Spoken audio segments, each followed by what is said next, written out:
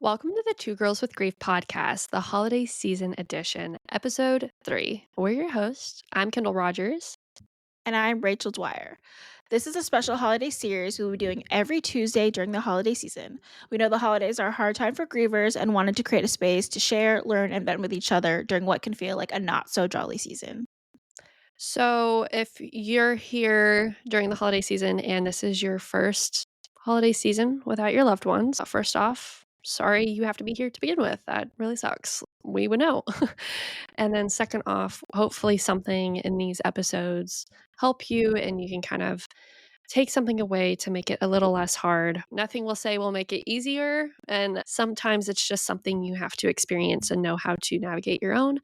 But hopefully, the advice we share in our own experiences can kind of help lend you to figure out how to make it a little less painful during this time. Yeah, I also think there's a lot of anxiety that leads up to the firsts Mhm. of everything. I think there's so much expectation of what you're gonna feel. Like people expect that you're gonna feel a certain way. And truthfully, who knows what you're gonna feel at the 1 year mark of anything or the first of something. Who knows? Like some days you might get so busy you forget that day, or like you just it might not be something that's looming over you, or so it might be something you remember later on and then it hits you like I think there's so much put on those days. Mhm. We discussed it'd be important to just share our experiences. It's the unknown, right? So if we Yeah. share our experiences, maybe it just makes it a little bit less of an unknown, but we do believe that everyone's experience with grief is so different and unique, and it really depends on so many different factors. So we're definitely not saying that we have any healing advice or anything like that, but if we can share our experience and maybe it make someone feel like, okay, this is something I might be able to expect or anything like that, like, I think that it's helpful. But yeah, that was kind of our reasoning for that, to do an episode like this and think it was important to add to the holiday season. It's not gonna be as jolly as maybe some of our other ones or, like, as positive, but I think it's very real and a Mhm. conversation that should be happening more for people just to feel a little bit more comfortable to even ask questions or bring up the impact of just the holiday season without them, and especially, like, the first ones without them. So, Kendall, do you remember your first holiday season? I feel like I have a few, so maybe you should kick it off. Yeah, Not that I feel I have a few. it in some sense, like, yes, and in some sense, no. Like, in some sense, like, I don't remember the day at all, but I do remember the leading up to it. Thanksgiving is, I feel like, a little bit of a softer a softer holiday to get through in a sense, and that's probably not for everybody's family. For my family, Christmas was the big ordeal, like, that was the big thing to look forward to. So, Thanksgiving was a softer holiday to approach. So, I did feel lonesome around Thanksgiving, but it wasn't the amount of loneliness I felt around Christmas. Like, the loneliness that I felt around Christmas was way more, I feel like, apparent than around Thanksgiving. Just I don't know, something about it was a little bit more easier to get through for me, but that might not be the way it is for you. Like, Thanksgiving might be the tougher holiday. I'll say Thanksgiving was one of my dad's favorite holidays, so it was really tough to have a Thanksgiving type meal with your family when he's not there, and he loved Thanksgiving football. Like, that man was watching football all day. And so, like, watching football around Thanksgiving is also something that gives me a little pang in my heart when it comes to traditions around the holidays. He had his favorite team.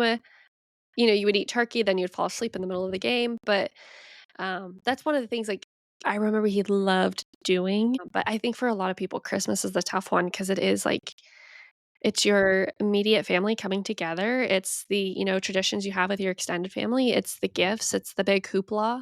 And like you and I have talked a lot about, it's that anticipation leading up to the event. Like you are expecting something, whether it's like the movie cinematic version of what you think Christmas is going to be like or not. But that first year, I can't even really tell you what I did. In fact, that makes me think that I didn't do anything that first year, and I probably just, like, may have slept through the whole holiday itself.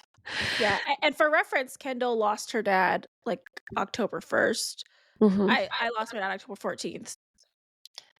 Very similar. Yeah. Which you're still in that, I think those first few months are grueling. Those are brutal months. And if you have lost somebody right before the holiday season, I'm so sorry. Like it is really tough to Yeah. try and figure out your new life and try to like get your footing back with grief and loss. And then immediately like the holidays are just like a weird time in general, like these 2 months are the ones where it's like things get a little bit more chill at work. There's a lot more holiday parties.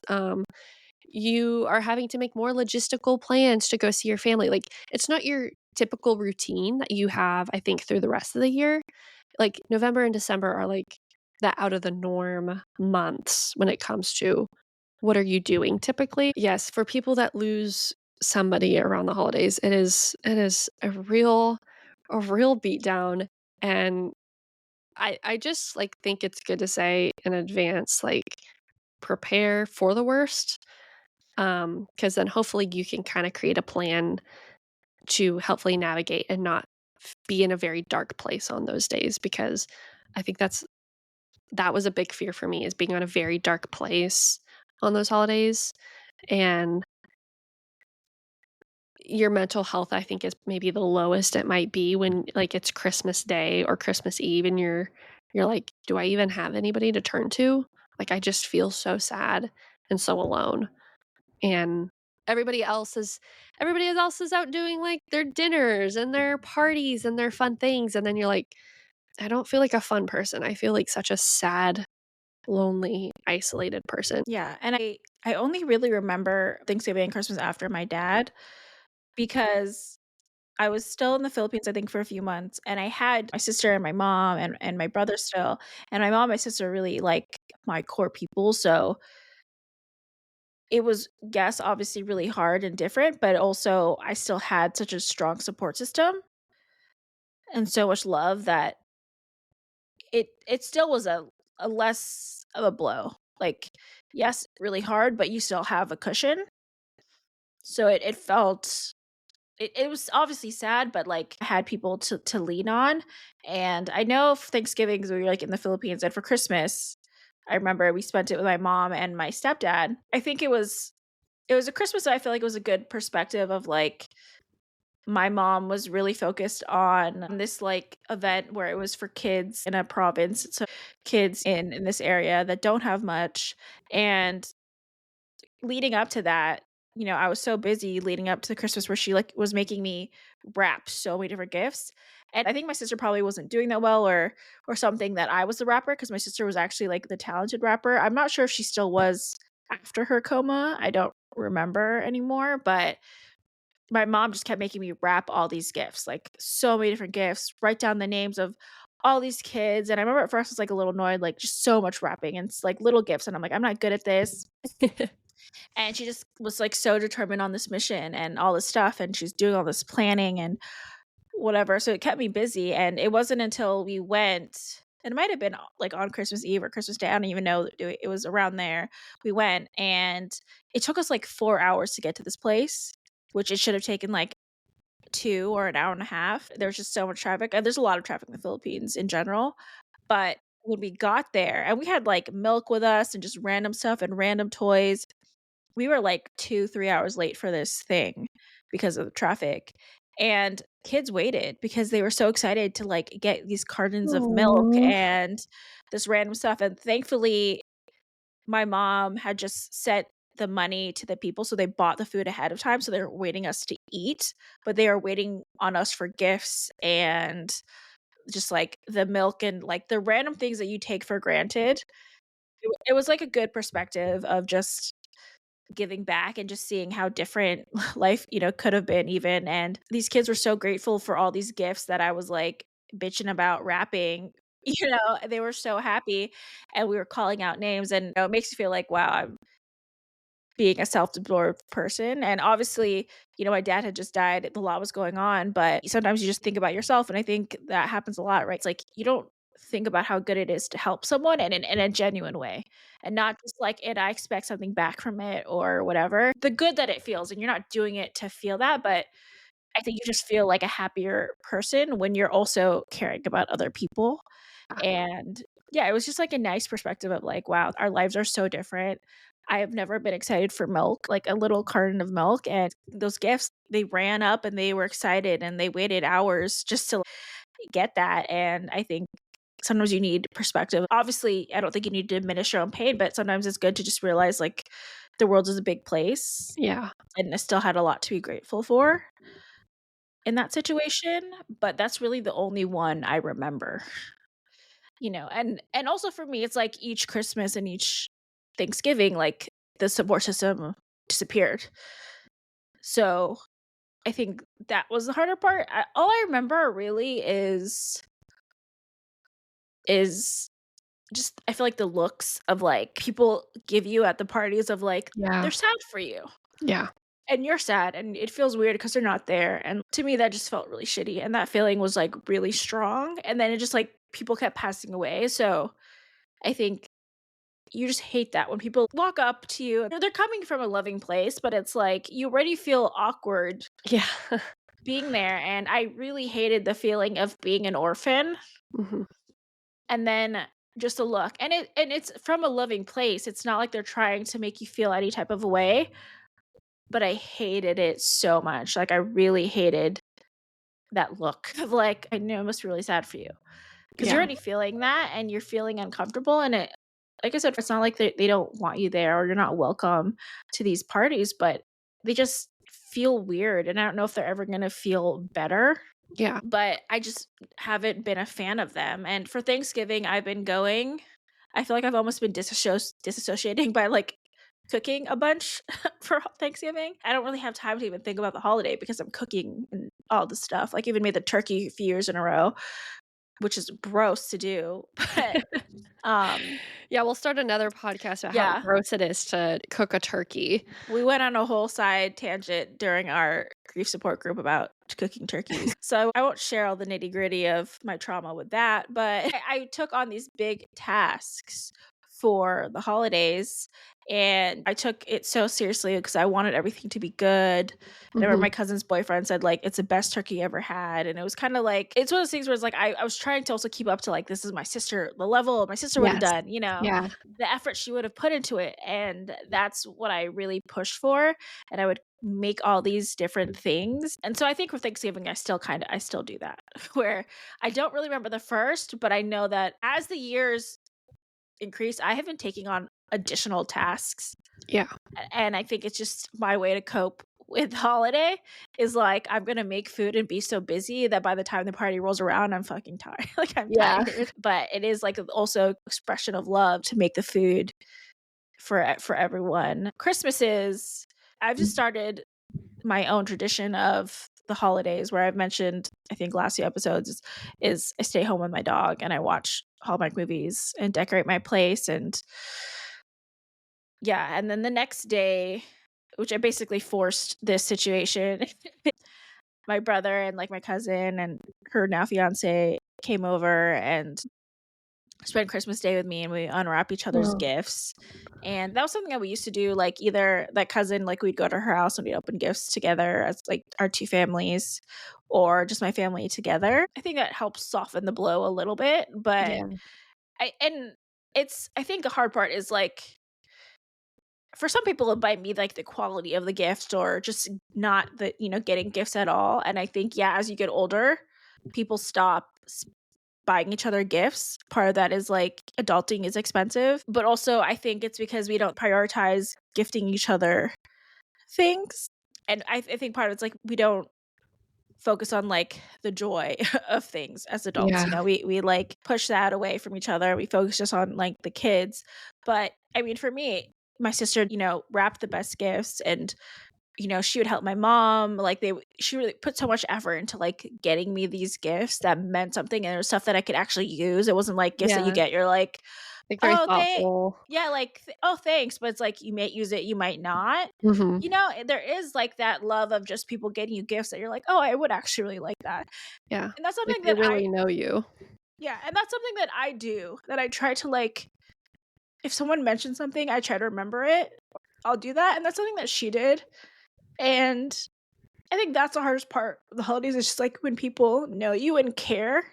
Because Yeah. I think there's so little people that do that nowadays that, like, will remember anything or, like, take note of stuff for you. To me, that's so simple. That's something that just I automatically do. If it's, like, someone I care about and they mention something, like, I'll just remember, "Oh, this is something I can get them that they actually would use or like," you know? I saw something, I don't know where I posted it, but it's like, "Any love given isn't love lost," and it's Oh, like, even if you gave love to someone that maybe didn't deserve it or whatever, it's not lost. Like, that's not an expression on you as, like, a good person that cares about people. It's, like, an expression on the people that don't know how to accept or share the same type of love, and, like, that's on them. But, yeah, I think that's the things that I miss the most about the holidays is just, like, the amount of care. You didn't have to ask what they wanted. It just, like, you knew from just knowing each other, and I think that's, like, a beautiful thing that I think is really hard about the holidays. Even 10, 8, 6 years later, it's something that I haven't bounced back from. But, yeah, starting new traditions feels a little bit better for me. And like I said, Christmas last year was, like, the most at peace because this is my decision, I'm sticking to it, and it feels most peaceful. I don't feel like any type of way. I don't feel uncomfortable. I feel happy in my space, making my favorite food, and yeah, I don't always feel like making small talk on those days, and it's like, you may not get that, but, like, I don't feel like talking to anybody, yeah. and that's just gonna be what I wanna do, and I'm okay with it. Like, Yeah. I'm good with it.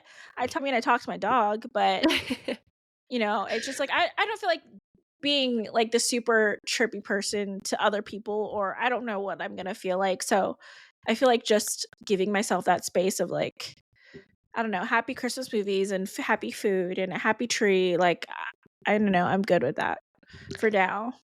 Yeah, I recently had a funeral for someone else in my family, and it's sad when you start getting good at this, you kinda think like, "Man, I shouldn't be." But it was funny because somebody had said at the funeral for somebody else in my family that we all loved dearly, and they're like, "Man, I really wish your dad was here." And I think just because he died so young, but in the sense that, like, I had that in the back of my mind knowing that, like, every funeral I now go to is gonna be weirdly closely tied to my own experience when I had to be at my dad's funeral. But something about the blatant acknowledgement of they're just as sad as me that he wasn't there, because it was something like, "Oh, my dad should be here. This is something my Yeah. dad would have really wanted to be here for, like, he cared so much for this person, and it feels wrong that he's not here," and that someone just said it outright and said, "He should be here right now, like, I really miss him." And it was kinda like, "Oh, good, I'm not the only one who, like, feels this," and that someone else had felt it as well.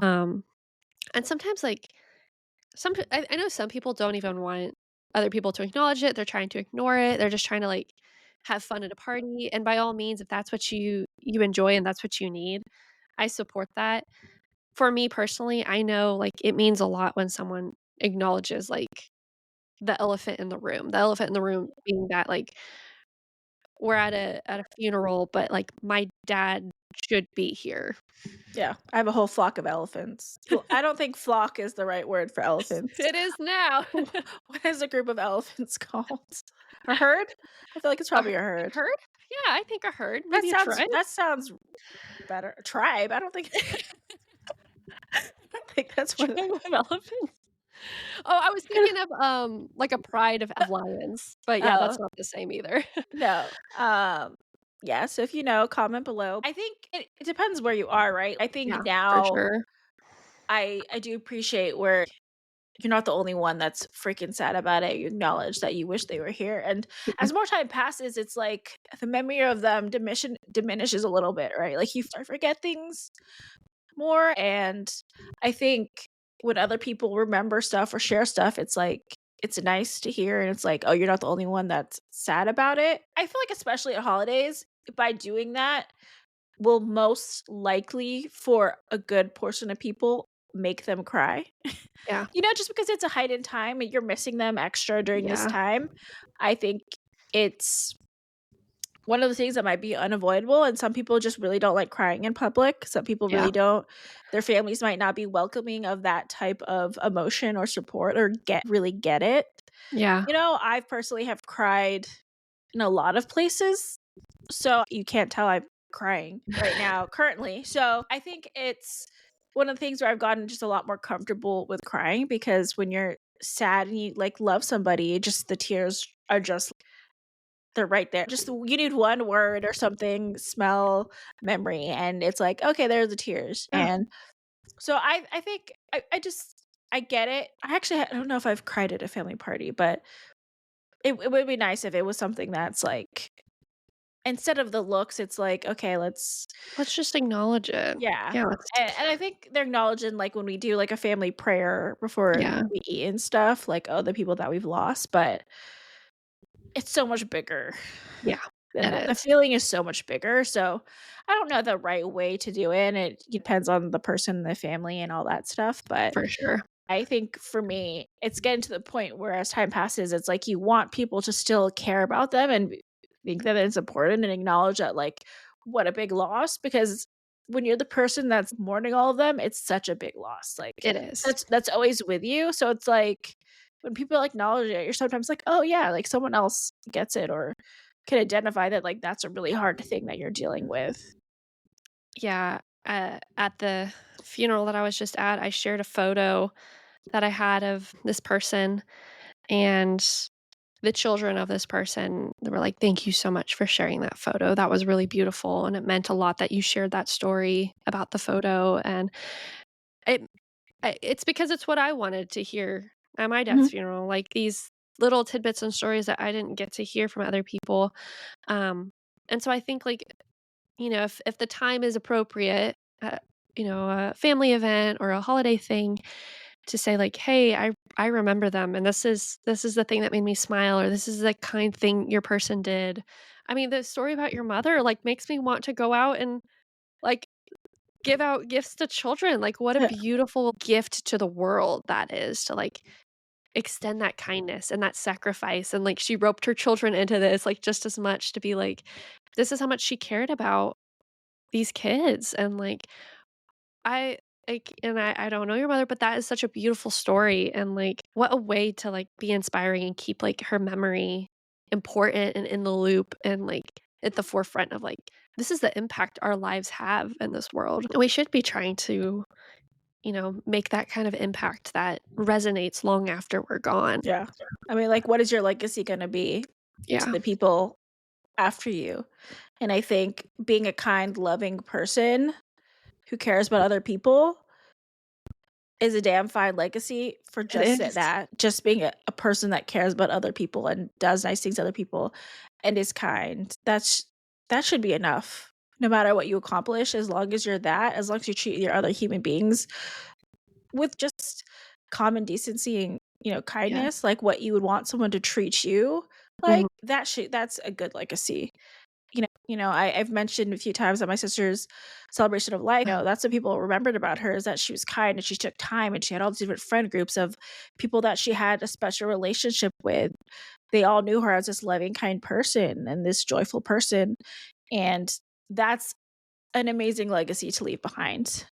Yeah. And honestly, for some people, like think about what legacy you want to leave behind. Like when you make decisions and when you how you treat people and I think that's something you should consider because I think words have power and your actions have power and how you treat people has power and that can be a really good legacy or a very bad one.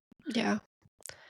I love that you brought up the crying at things, because I think that's, like, such a worthy conversation, and a lot of grievers are so conflicted about how to navigate their emotions. If you're not a crier, good for you. But if you are a Don't crier, know how you do it. yeah, I don't know Maybe how you you should do try it. Not it. telling you on how to grieve, but you should try it because honestly, Yeah. I feel like I feel better after I cry.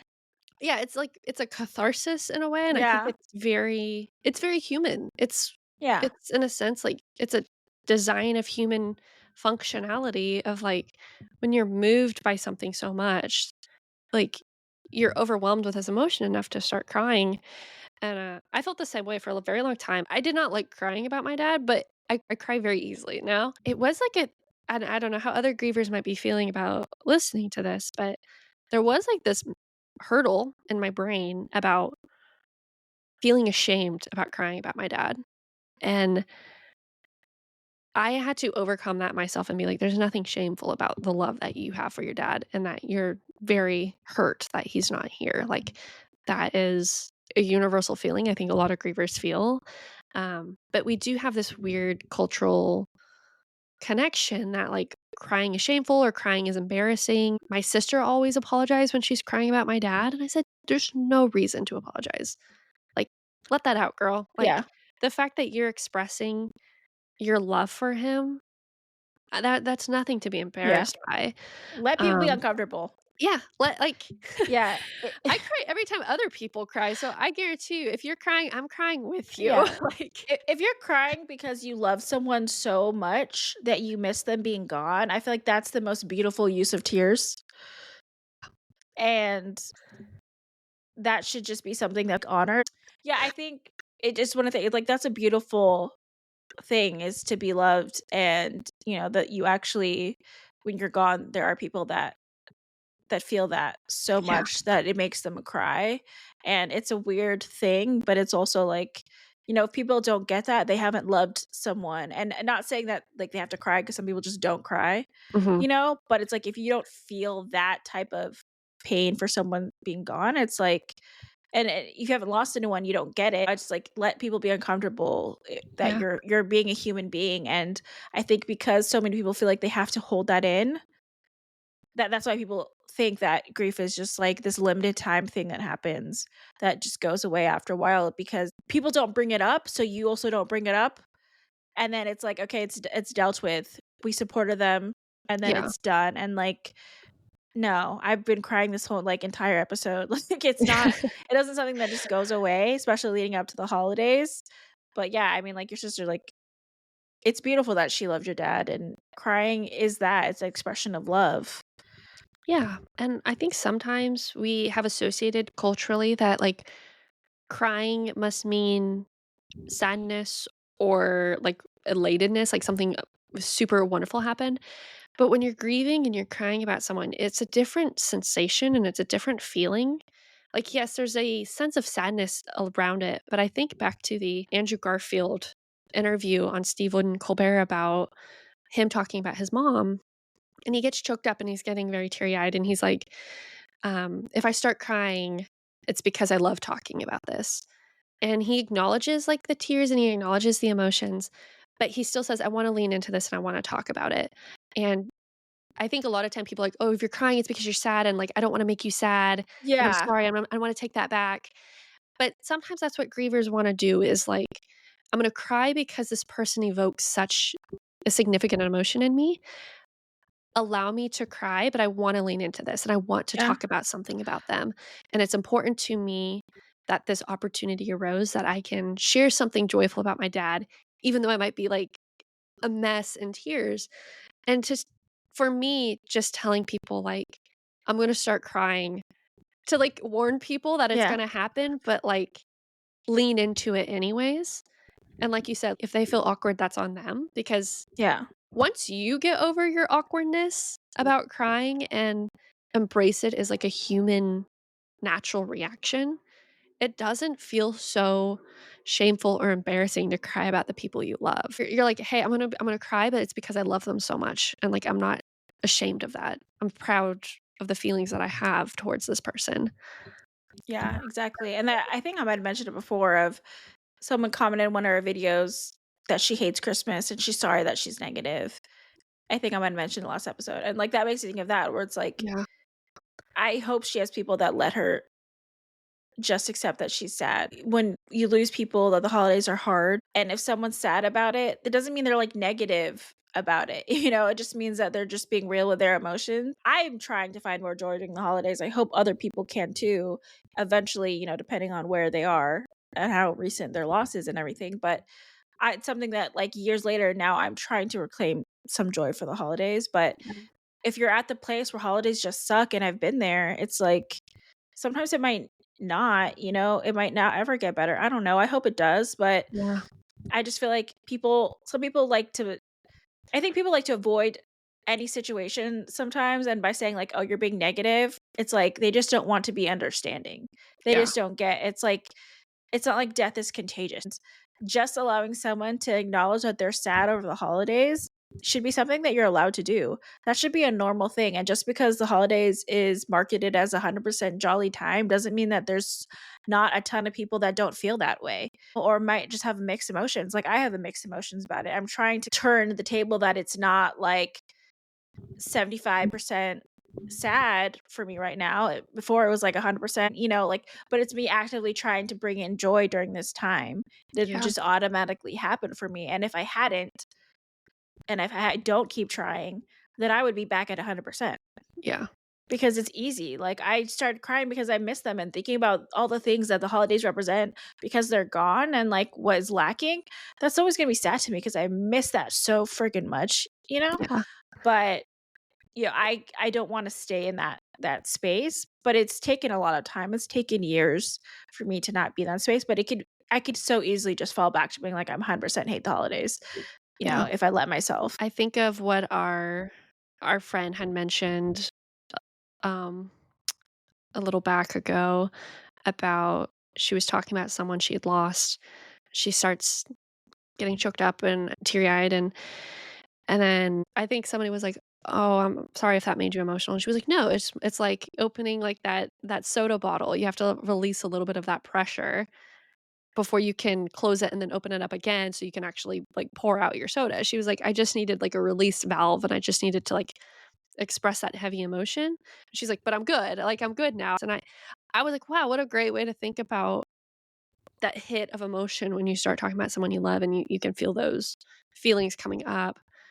I think a lot of times I just shoved it back down in the Yeah, past. I I just definitely put it did. back down, and I was like, "Don't think about it, don't acknowledge it." Like, tilt your head back and, like, make sure the tears go away. But I appreciated that she was so vulnerable and transparent about, like, "Nope, I just needed to show that emotion. It was here. I had to get that out, and I'm good again." Like, to think that, like, that's how quick those grief emotions will hit you out of the blue.